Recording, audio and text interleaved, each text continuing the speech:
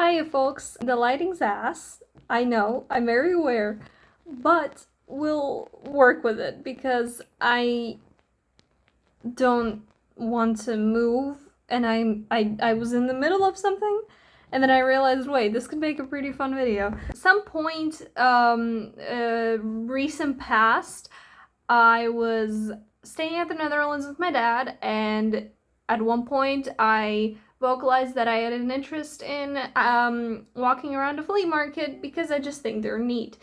And he obliged my wish, and I found this bag, this Tintin bag with calculus on it, in one of the car boots, and I thought, oh my god, this is so cool. It's actually a whole story. I came up to have a look, and the guy spoke no English, and I wanted to ask him, can like the straps be adjusted, because I don't want to stand there and take up a person's time and then not even get anything. So eventually, it was originally $20, then 20 euros, and when I started going away, he was like 15. I'm like, no dude, I just want and then I had to get it because I felt really bad. And also I like the bag, so I'm not even complaining that much. And the thing is, the bag is a school-age child's bag. I can put it on because I'm small, but also it's not the most comfortable, and also it's a small bag. It's a small backpack. So I thought, you know what? Sure, this is like this is vintage, and I will probably kill myself if this doesn't work out the way I want to. But what I'm gonna do is I'm gonna take off the straps. I already started on the bottom here, and I thought, okay, I'm just gonna make it a shoulder strap bag, because those are the kinds of bags I tend to use. Oh, I was at the craft store. I went to a new one, but the big one on Tassil, and I got these, and I'm gonna use these for another Tintin-related craft, because I am so normal about Tintin. I literally made this little figure with this little Snowy out of polymer clay, because it's not going away is the problem. Usually this doesn't go on for this long. I'm getting worried. There we go. I got these little rings, and I'm gonna sew them onto the sides, and then I'm gonna be able to add a bag strap.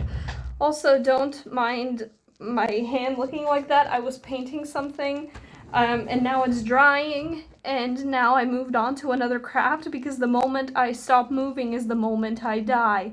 I'm a shark like that. So I am taking the straps off, and like, that's the thing, this bag is actually really well made. Not only is it waterproof from the inside, but also it's sewn in such a way that I can barely find the stitches. I mean, I did manage to find the first spot where to start to take apart the top, and that's the thing. I was also thinking about trying to make the strap out of one of these, because see here, this one has a little calculus patch on it with Snowy and the roller skates, and I think that's really cute. And I'm not throwing this out. I'm not throwing these straps out. Absolutely the fuck not. These straps are older than me. So like, I'm not gonna do that. I'm gonna figure something out to do with them. And like, worst case scenario, I can always try to repeat the taking apart process again and make these parts longer, so, you know, it adjusts better to, like, you know, an adult person. But yeah, right now I'm struggling with this bit. I have the creative audacity to do whatever the hell I want, so I'm probably gonna figure it out. It's really warm. Also, I have my Tintin fit on. I remember wearing this like last week, in the like Monday or something. No, not maybe Monday. I don't remember. Yeah, I was wearing the same fit, and I was on a call with my friends, and one of them said that I looked like SpongeBob because I was cooking up some fries on a pan and I had the spatula, and I mean, yeah, a little bit, but also I was kind of offended. This outfit specifically is from The Secret of the Unicorn, which is the first Tintin comic I read. I remember the first time I was gonna read the 2 comics that I got in Latvian for the very first time, I actually wanted to start with Red Rackham's Treasure, but then I read the first panel, or like the first page, and at one point it's like, see Secret of the Unicorn, and I'm like, oh, so that's the first one? Okay, I'm gonna read that one then. Oh, editing me is gonna have a field day with watching this and then trying to figure out what to do with any of it. I've torn a bit of a hole in the fabric itself, but that is okay. That is just fine. We're gonna set that part, sew that part shut, and because the bag is really well made, it doesn't even matter because that part is covered up with another piece of fabric. I'm gonna need to figure out who made this wig. Because, like, here, there's a tag inside, and I need to... Oh, dear. Okay, that's alright. That's okay. It's whatever. So, there's the copyrights to Jane Mullensart, 1999. And, like, you can see... I even remember finding this out the first time. You can see the original owner's name on the tag inside. It's, like, really faded, but you can see it's Alexis something. But, like, it doesn't even say who made this, so that's really sad. Like, the brand. Maybe it was made by Mullensart, I don't know. This is my plate with paint on it, because that's how you do art. I should probably look into who made this, like manufacturer-wise, because, but I'm pretty sure that's gonna be really difficult, because when I, like, reverse image searched this bag, one image showed up, and it was, like, in a completely different language, and it was a listing for it, so, like, and also, there's a lot of Tintin merch, so, like, tracing anything back, especially with the fandom being as dead as it is, it's, like, it's probably not gonna happen unless I become, like, an expert internet historian, so, like, we'll see, we'll see what that is about. Like, that wasn't very polite. And, like, that's the thing, I think this bag is really cute, and also, like, it would be such a shame to not use it, because, like, I'm not one of those collectors who gets things just because, like, I can resell them later. Like, that's such a boring way to live life. Like, why? I despise collectors who just get things to resell them. Like, that's not collecting, that is being a reseller. That's why whenever I see a thrifting video where somebody is like, here's how to get the biggest bang for your buck, and I immediately scroll because I don't want those people. I genuinely don't. Like, yeah, sometimes I go to a thrift store and I look at things and I'm sometimes like, huh, I wonder how much that would be worth. But I never buy anything with the purpose of selling it. Like, that's so bullshit. Like, I buy stuff because I think it's fun. Like, I buy my silly cameras because I think they're cool to use. Like, I love analog cameras. And then, like, analog cameras, digital cameras, and, like, you know, it's so fun. But, like, people who just get stuff because it's, like, expensive, and, people who actually care about it are willing to pay the money for it. It's so sad. Like, what the fuck sort of a life is that? There we go. I wonder what's inside, actually. Like, what do they use to pad this thing? Oh, it's like, putplast. Oh, that's cool. I didn't know that.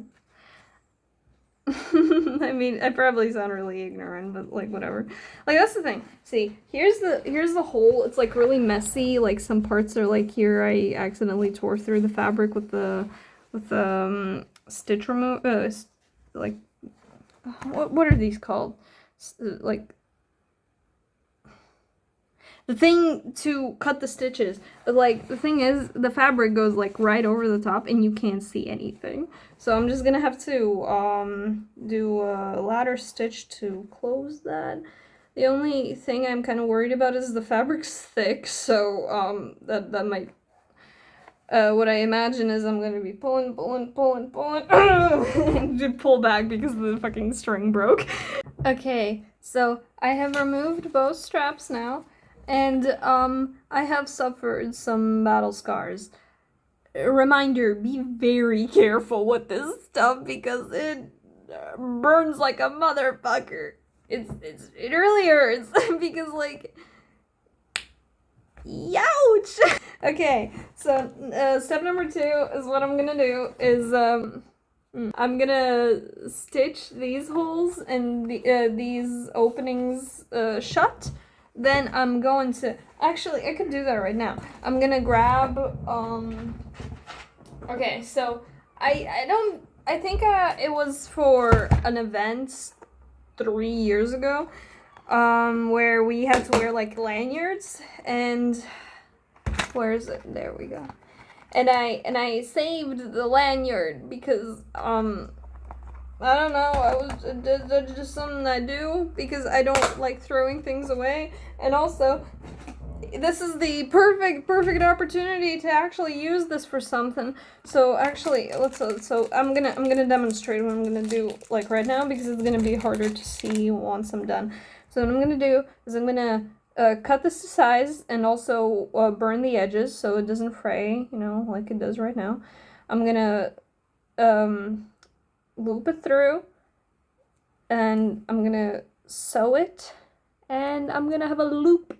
And I'm gonna put the loops on the bag, on the edges over here.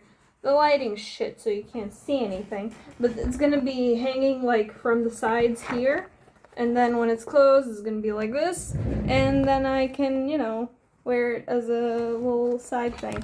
So that's gonna be really fun. And also, the size is like perfect. That is incredible. I actually asked the lady at the store if there was if they had these in a bigger size because I thought it would be better, and I still kind of wish they were a little better, but oh dear lord, the straps fell down. Oh no. But it fits the lanyard fabric a lot better than I thought it was gonna be, so I'm going with that, and it's gonna be fine.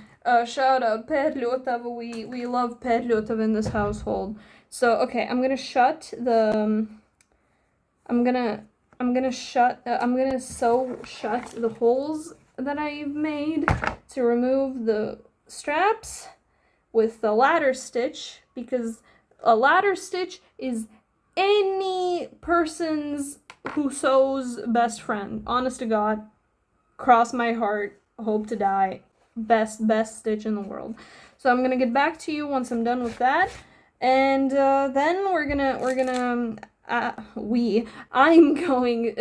add the loops, and then I'm gonna go get a strap from another bag, and then it's gonna be done, and I'm gonna be very happy.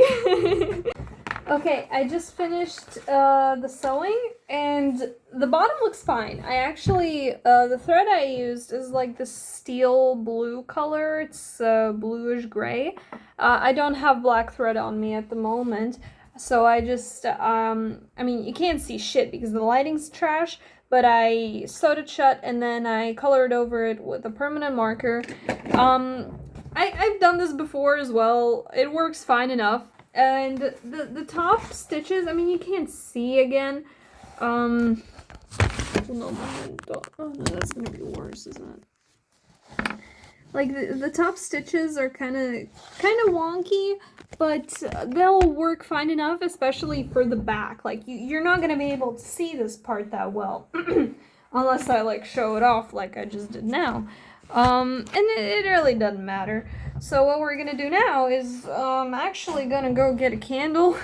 I'm gonna go get a candle. I'm gonna cut and burn the edges of the lanyard. I'm gonna add the loops, and then we're gonna be done, and that's really exciting. So, 1 second. Actually, I did another craft. I for a second, I realized, wait a second, I ate a tin of pineapple, and then I took the tin, and I still have the tin. I like moved it with me. Even my mom was like, what the fuck is this? I had stuff in there. It's fine. Don't worry about it. But I realized, hey, wait a second. I'm like, I had just like finished the Tintin figures, and I was like, shit. This does not hit the spot the way I thought it would. So I realized, hey, wait a minute. I still have the tin. And I could just make a crab tin from the crab with the golden claws. And so I did. And now I have one of these. It could have been better. I'm actually pretty proud of myself for copying the font. The crab is a little wonky, but I mean, whatever. Because one thing that I find really difficult to copy from Hergé's work is the fonts he uses. Basically, I find it really difficult to copy the font.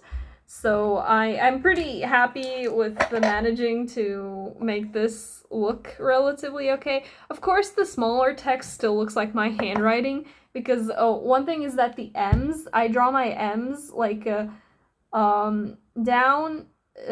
up, or down, a U, and then the other leg. But on this tin, it's like actually drawing the slope, the like triangle bit. I just do slopes because that I find that faster.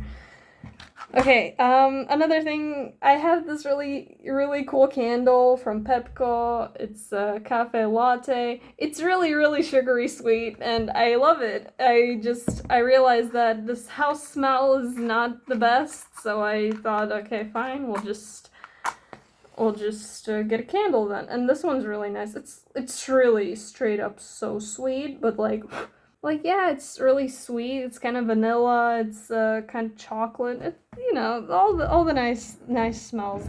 I'm gonna cut the top here immediately because it's already a little too frayed for me to use. So we'll just melt it. Yeah, it's a little wonky, but whatever. This is for functionality purposes. Let's figure out how long do we want the strap to be. I also need to figure out how I'm going to attach this, because like on the back and on the lid, not the lid, the flap, the fabric is in 2 layers. But here, I believe it's in 1, right? Yeah, it's in 1 layer where the, like, it looks like it might be 2 because the lining is like a different color and it's waterproof, but no, it's actually like on the fabric, so I'm not gonna be able to sew that part on like the light blue fabric. So I'm probably gonna put it on the black line, the black like piping part. Because that's in 2 layers, and that's probably gonna look the best, so we're gonna do that. That's the thing, even yesterday, we had to make, paper models out of, paper models of different kinds of beds, like beds with emotions and stuff for the art academy. It was actually pretty fun, but the thing is, if other people had, like fancy knives and scalpels and box cutters, not knives, Jesus Christ, and like hot glue and PVA, and they were using like paintbrushes to apply it and all, and they were diligently measuring everything. I was not. I had my box cutter and my scalpel because I was like, okay, I'm probably gonna need this if I'm gonna be making like little details. And then I started doing it, and I realized, fuck all I'm gonna be using this for. I used scissors and a glue stick exclusively. Yes, around all these fancy art school kids, I felt like a fucking caveman, but also, I finished before everybody else. I really did. And then, I actually really like the models. And so I'm not gonna complain. I did a good job. I did a pretty good job. I'm pretty proud of myself. And like, that's the thing, fancy materials is not always what you need. Like, genuinely, sometimes you just need the grit to see a project through. And sometimes that is the biggest thing you're gonna need in life. And like, oh my god, actually, okay. I need to like tell y'all something. This Tintin phase, like, the thing is, Tintin for me is like always in the background, but sometimes it comes in the foreground, and then it like consumes my entire being, and that's like with other interests as well. Like, don't get me wrong, but like with Tintin specifically, it's been like coming back more aggressively, and the phase hasn't left for a while, and I'm getting kind of nervous because like it's just getting stronger. And so I've been making all these Tintin related crafts, like the polymer clay sculptures and the crab tin. And now when I was at Perlota, I got these like porcelain balls that kind of look like those Chinese lanterns, and like I'm gonna make something with that because,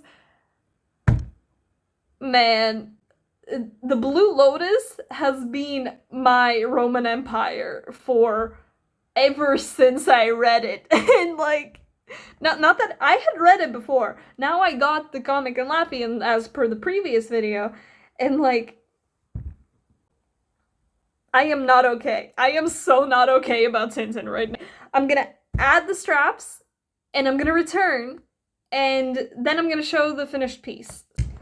Okay, so I just attached the loops, and they're pretty sturdy. I actually ended up taking the lanyard and like double layering it. I had like cut the length. Yeah, it's like there's the loop, but then I looped it over again, and then like, yeah. And I mean, it ended up being a little lopsided. I could fix that. I probably will. But not right now. But yeah, and what we're gonna do now is I'm gonna take you with me over to my closet so we can so first off, the lighting's better, but also so y'all can see. I mean, you can't see me, but that's whatever. I mean, you can. Yeah, baby, here it is. So I actually bought this one. I thrifted this one when you can't see me.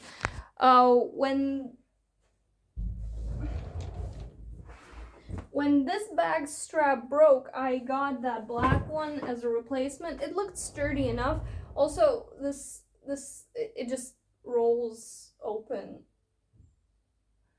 Oh, and when I acknowledge it, suddenly it doesn't do that anymore? Really? Whatever. There we go, now it's a crossbody, and it looks wonderful, and I love it! Actually, one thing, I have, okay, hold on, this sucks, you can't see anything, but, let's put you over here, let's put you over there. My current crossbody bag that I use the most often, that one doesn't have one of these, and my previous one does, and I actually, like, here you can see, I actually miss having one of these so bad because, like, it's convenient to hold it like this, especially when you're running. Like, with that current one, I hold it up like this, but even then it's not that comfortable, so holding it like this is great. But oh my god, I love the way this looks. This is so cute. Holy shit. Oh my god. Like, look at that. Oh, I'm gonna be wearing this to like hell and back. Like, oh my god. I cannot. Holy shit. I love so much. Oh my god. And like, I can put like little keychains on here. Wait a second. I have let's hide away the mess of my sewing stuff, my sewing machine and fabrics. Oh, hold on a second. I have, where are my keychains that I don't have put up anywhere yet? Like, actually, I recommend for anybody who has a lot of keychains, get carabines and put them on there, and then they're there always, constantly. Or like if we take the little dragon fruit, Gigouche, we can, that's his name. His name is Gigouche. Like, if we put him on here, why aren't you cooperating and closing on me? That's really inconvenient and kind of rude of you. Oh, for visual reference, like that. it doesn't, it's a little too wide. It won't close. Okay, let's take Fritz, the Squishmallow keychain. This is my first Squishmallow anything that I got, I believe. Or was it the Pikachu? I don't remember. But yeah, Fritz. He likes pickling things. And there, it's just on there, and it's really, really cute. Oh my god. So this is actually, Coca and Stock is actually the name in French for Red Sea sharks, which is really, really cool. I didn't know that before I got this bag, because I was trying to look it up, trying to figure out what the fuck does this mean? What the fuck does this mean? And then I realized, oh, it's just the title of the Red Sea Sharks in French. Like, it's just so cool. This is so cool. Oh my god, I'm gonna be so using this. Like, it's small, don't get me wrong. It's tiny as fuck. You can barely fit anything in here. But like, it can fit my pencil case in my journal and a camera if I figure it out. And like, that's it. And I don't need anything else. I'm good. I'm chilling. This is so cool. Oh, this is like the best idea I've ever had. Oh my god. Okay. Thank you for watching my deranged creation process of taking apart and revamping this bag so I use it more often instead of it sitting in the dark shelf in a dark closet. Thank you for watching. I will get back to you with another video whenever I feel like it, because I'm doing this for fun. And I just realized that making the bag on camera is probably a fun thing to do, and it was, and I'm rambling a lot, but thank you very much for watching. Bye!